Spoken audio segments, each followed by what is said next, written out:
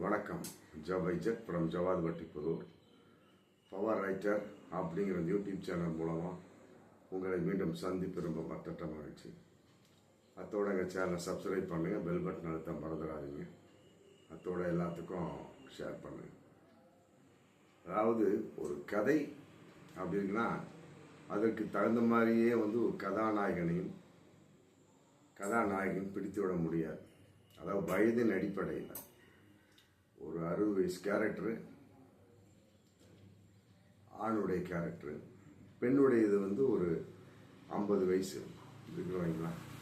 அப்படி இருக்கக்கூடிய சமயத்தில் கரெக்டாக ரெண்டையும் அதுக்கு தகுந்த மாதிரி பிடிச்சா அப்படின்னம்னா அதுக்கு தகுந்த மாதிரி தான் ரசிகர்கள் அதை பார்த்து ரசிப்பாங்க.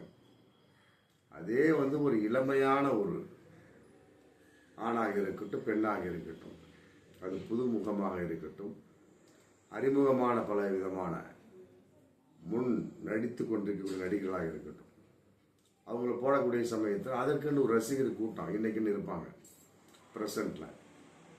அப்போ வயதான ஒரு கேரக்டர் விடக்கூடிய சமயத்தில் வித்தியாசமாக இருக்கும். அதை பார்த்து ரசிக்கக்கூடிய மக்கள் இருப்பாங்க. இப்படித்தான் சினிமா எடுக்க முடியும். அதற்காக 60 வயசுனா 60 வயசு கிழவனையே போடணும், 25 வயசுனா 25 குமரி தான் போடணும், அதே 40 வயசுனா 45 வயசு ஒரு பெண்ணைத்தான் நடிகையாக போட வேண்டும் அப்படின்னு எந்த ஒரு சட்டமும் கிடையாது. அப்படி போட்டோம்னா அந்த மாதிரி ஒரு படம் போட்ட காசு எடுக்கவும் முடியாது. ஆனால் இது பலவிதமான பத்திரிகைக்காரர்களுக்கு தெரிவதில்லை. இன்னைக்கு பார்க்கக்கூடிய சமயத்தில் அது வேண்டுமென்றே கேள்வி கேட்கிறார்களா அப்படின்னு தெரியல.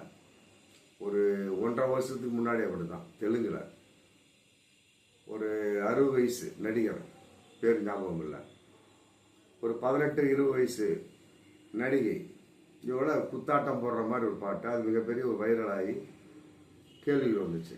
என்னப்பா 60 வயசு கிழவன், அந்த பொண்ணுக்கு 20 வயசு கூட இருக்காது, குத்தாட்டம் போடலாமா? அது சீனுக்கு அது தேவை.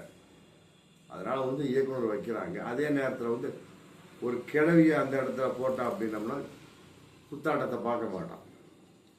ப்ரொடியூசருடைய விஷயம்தான் இதெல்லாம். போட்ட காசு எடுக்கணும் இல்லையா? கோடிக்கணக்கில் போட்டிருப்பாங்க. அதை இன்னொரு கோடி சேர்ந்து சம்பாதிக்கணும் அப்படின்னம்னா ஏதோ ஒரு வகையில் இளமையை காட்டக்கூடிய விஷயம். சின்ன பொண்ணை போட்டான் அப்படின்னா தான் அந்தனுடைய ஒரு கவர்ச்சிகரமான ஒரு உடல் பாகங்கள் இந்த மாதிரி தெரியக்கூடிய சமயத்தில் அதுக்குன்னு ஒரு தனி கூட்டமே இருக்கும். அப்படி தான் சினிமா பண்ண முடியும். ஏன்னா இதெல்லாம் பத்திரிகைக்காரர்களுக்கு தெரியும். அவங்க என்ன சில பேர்கிட்ட கேட்குறாங்க அப்படின்னா, அதாவது உங்களுக்கு கதாநாயகனை பார்த்து உங்களுக்கு 60 வயசு, உங்களோட கதாநாயகியாக நடிக்கக்கூடிய பெண்ணுக்கு 20 வயசு பொருந்துமான்னு கேட்குறாங்க. இந்த கேள்வியே முதல்ல பொருந்தாது. எக்க போட்டால் முடிஞ்சு போச்சு, அவ்வளோதான். புரியுதுங்களா?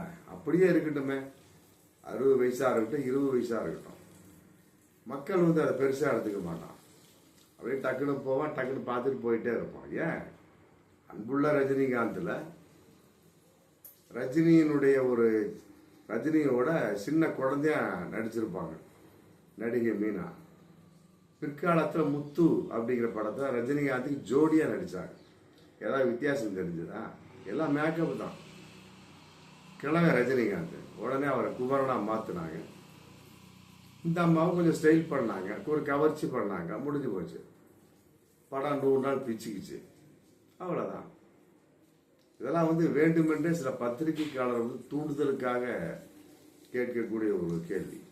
அதன் அடிப்படையில் இன்னைக்கு ஒரு விஷய சம்பவம். அதாவது ஹிந்தியில் நம்ம ஏஆர் முருகதாஸ் ஒரு படம் இயக்கியிருக்கார். யாரை வச்சு? சல்மான் கான், ராஷ்மிகா மந்தனா, மற்ற நம்ம சத்யராஜ் எல்லாத்தையும் வச்சு எடுத்திருக்கார். காஜல் அகர்வால் இவங்கெல்லாம் வச்சு எடுத்துக்கிறார். படப்பேர் சிக்கந்தர். அது இன்னைக்கு ரிலீஸ், ரம்ஜான் இன்னைக்கு ரிலீஸ். அப்போ அந்த ப்ரொமோஷன் விழான்னு சொல்லி போட்டு இருக்கோம். ஒரு 2-3 வாரத்துக்கு முன்னாடி நடந்தது போல இருக்கு. அதில் பத்திரிகைக்காரர் கேள்வி கேட்டிருக்கார். என்னங்க சல்மான், உங்களுக்கு வயசு ஒரு 50, 55, 60 இருக்கும், ரைட்டு, ஓகே. ஆனால் உங்களோட நடிக்கக்கூடிய ராஷ்மிகா மந்தனா ரொம்ப சின்ன வயசு, எப்படி அப்படின்னு சொல்லி கேட்டாங்களாம். அப்போ அதுக்கு வந்து சல்மான் கான் சொன்னாராம், ஏன்னா ராஷ்மிகா மந்தனாவுக்கும் இதில் எந்த ஒரு பிரச்சனையும் கிடையாது, ராஷ்மிகா மந்தனோட அப்பாவுக்கும் எந்த ஒரு பிரச்சனையும் கிடையாது, அது என்ன தம்பி உங்களுக்கு மட்டும் பிரச்சனை அப்படின்னு கேட்டாராம். பாருங்க, செருப்பில் அடித்தால் போல் ஒரு கேள்வி. அதாவது சினிமா அப்படிங்கிறத விட்டு போட்டு இதை ஏதோ உண்மைங்கிற மாதிரி தான் பல பேர் பார்க்குறாங்க போல இருக்கு. அது ஏற்றுக்கொள்ள முடியாத ஒரு விஷயம் தானே. உண்மை என்பது வேறு, சினிமா என்பது வேறு. அதன் அடிப்படையில் பார்க்கின்ற பொழுது சினிமா சினிமா தான். அதை விட்டு போட்டு இதை உண்மையாகவே பார்க்கக்கூடிய சமயத்தில் அப்போ அதுக்கு தகுந்த மாதிரி 50 வயசா 50 வயசு ஒரு ஆணை பிடிக்க வேண்டியது, 30 வயசா 30 வயசு ஆணை பிடிக்க தேடணும்ல. எதுக்கு தேடிக்கிட்டு இருக்கக்கூடிய முன்னணி நடிகளை போட்டு கேமரா டெஸ்ட்டு, மற்றபடி வந்து மேக்கப் டெஸ்ட்டு முடிஞ்சு போச்சு. ஓகேவா, கேமராமேன் எடுத்துகிட்டு போயிட்டே இருக்க வேண்டியதான். மேக்கப் போட்டு இந்தியனே எடுத்துக்கலாம், ஒரே கமல் தான் ரொம்ப வயசானவராக நடிப்பார். அது பார்த்தா என்ன கமல் மாதிரி தெரியுதா? இதே கமல் வயதானால் எவ்வாறு எப்படி இருப்பார் அப்படிங்கிற தோட்டம் கரெக்டாக கொண்டு வந்து கதையை கொண்டு போய் அதை வந்து சக்ஸஸ் பண்ணாங்களா இல்லையா? இந்தியன் அற்புதமான ஒரு இந்தியன் 2 கூட எடுத்தாங்க, அது வந்து ஃப்ளாப்பு. ஆமாம், அதை விட்டுருங்க. அது ரகுமான், ஏஆர் ரகுமானுடைய மியூசிக்கும் இந்த படத்தில் உள்ள மியூசிக் வந்து குப்பை. அந்த அடிப்படையில் இருக்கின்ற சமயத்தில் மேக்கப் அப்படின்னு இருக்கக்கூடிய சமயத்தில் எதற்காக இப்படிப்பட்ட கேள்விகளை வந்து குறிப்பாக பத்திரிகையாளர்கள் கேட்குறாங்க அப்படிங்கிறது ரொம்ப கூர்ந்து கவனிக்கப்பட வேண்டிய விஷயம் தான். இது வந்து ஒரு வகையில் ஏற்றுக்கொள்ள முடியாத ஒரு விஷயம். யோசிக்கிறோம், ஆனால் யோசிக்கிறாங்களா அப்படின்னு கிடையாது. இதுவும் ஒரு வகையான ப்ரொமோஷன். இப்போ அது சொல்லிட்டாங்கன்னு வைங்களேன், அடுத்து என்ன பண்ணுவாங்க, அவங்க ஏதோ பதிலே சொல்லிட்டாங்க, இவங்க என்ன பண்ணுவாங்க, கடன்னு போய் ரசிகர் என்ன பண்ணுவாங்க, என்னடா இப்படி கேள்வி கேட்டாங்க அப்படின்னு அந்த படத்தை வேண்டுமென்றே பார்ப்பார்கள். அப்போ பார்க்க வைப்பதற்கென்றே இவர்கள் காசு கொடுத்து கேட்கப்படுகிறார்களா அல்லது எதாட்சியாக இவர்கள் கேட்கிறார்களா அப்படிங்கிற கேள்வி தான் இதில் எழுது.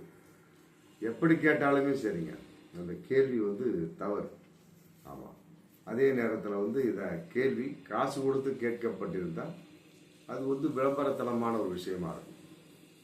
இவர்களாக கேட்கக்கூடிய சமயத்தில் உண்மையிலே வந்து ஒரு யோசனை இல்லாமல், அதே நேரத்தில் வந்து ஏதோ என்னத்தையோ நம்ம கேட்போம் அப்படிங்கிற மாதிரி கேட்க வேண்டியது. அப்படி இருக்கிற ஒரு சமயத்தில் எந்த ஒரு கதாநாயகனாகட்டும் அது முன்னணி பின்னணி புதுமுகம் பழைய முகம் எதாக இருந்தாலும் சரி கோபம் வரத்தான் செய்யும். ஆமாம், இனிவரும் காலங்களில் வந்து அந்த மாதிரி கேட்காது அப்படிங்கிறது ரொம்ப அற்புதமான ஒரு அட்வைஸாக நம்ம சொல்ல விரும்பலை. வரும் காலங்கள் வந்து அந்த மாதிரி இருக்குது அப்படிங்கிறப்ப தகுந்த மேக்கப் சாதனை இருக்கக்கூடிய சமயத்தை எதுக்கு இந்த தேவையில்லாமல் கேள்வியை கேட்டுக்கிட்டு நேரத்தை வேஸ்ட் பண்ணிக்கிட்டு பார்ப்போம். மீண்டும் அடுத்த வீடியோ. நன்றி.